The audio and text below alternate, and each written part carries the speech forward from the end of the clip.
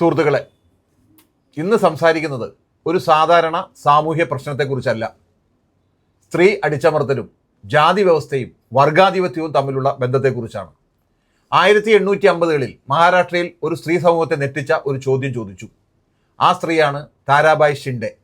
അവൾ എഴുതിയ പുസ്തകമാണ് സ്ത്രീ പുരുഷ തുലന. ആ പുസ്തകം ചോദിച്ച ചോദ്യം വളരെ ലളിതമായിരുന്നു. പുരുഷന് എല്ലാം സ്വാതന്ത്ര്യം, സ്ത്രീക്ക് എന്തുകൊണ്ട് അടിമത്തം? ഇത് വെറും ഒരു സ്ത്രീ പ്രശ്നമല്ല, ഇത് സമൂഹത്തിൻ്റെ മുഴുവൻ അധികാരഘടനയുമായി ബന്ധപ്പെട്ട പ്രശ്നമാണ്. ഇന്ത്യയിലെ ജാതി വ്യവസ്ഥയെക്കുറിച്ച് സംസാരിക്കുമ്പോൾ നമ്മൾ ഒരു കാര്യം മനസ്സിലാക്കണം. ജാതി വെറും മതപരമായ ഒരു സംവിധാനം മാത്രമല്ല, അത് തൊഴിൽ വിഭജനവും സാമൂഹ്യ അധികാരവും നിയന്ത്രിക്കുന്ന ഒരു ഘടനയാണ്.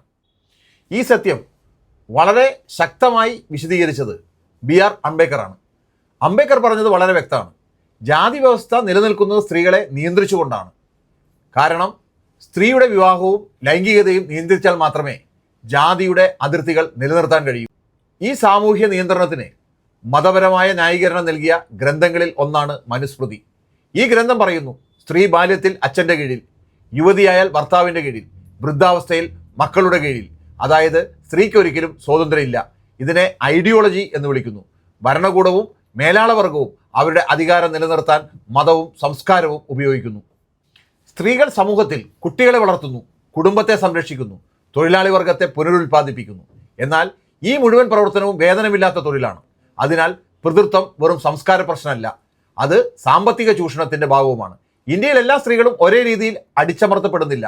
താഴ്ന്ന ജാതി സ്ത്രീകൾക്ക് ജാതി അടിച്ചമർത്തൽ, വർഗ ചൂഷണം, ലിംഗ അസമത്വം മൂന്നും ഒരുമിച്ച് അനുഭവിക്കേണ്ടി വരുന്നു. അതുകൊണ്ടാണ് പല സാമൂഹിക പ്രസ്ഥാനങ്ങളും പറയുന്നത് ദളിത് സ്ത്രീകളാണ് സമൂഹത്തിൽ ഏറ്റവും കൂടുതൽ അടിച്ചമർത്തപ്പെട്ട വിഭാഗം.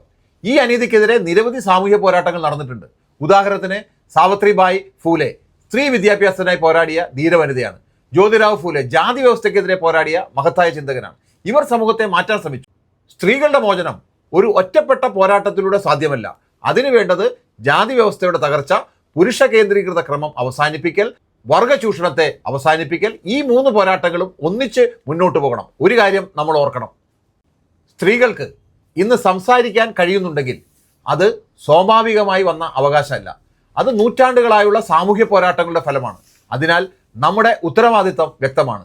ജാതിയില്ലാത്ത, പിതൃത്വമില്ലാത്ത, വർഗചൂഷണമില്ലാത്ത ഒരു സമത്വ സമൂഹം സൃഷ്ടിക്കുക. അതാണ് യഥാർത്ഥ ജനാധിപത്യം, അതാണ് യഥാർത്ഥ സ്വാതന്ത്ര്യം.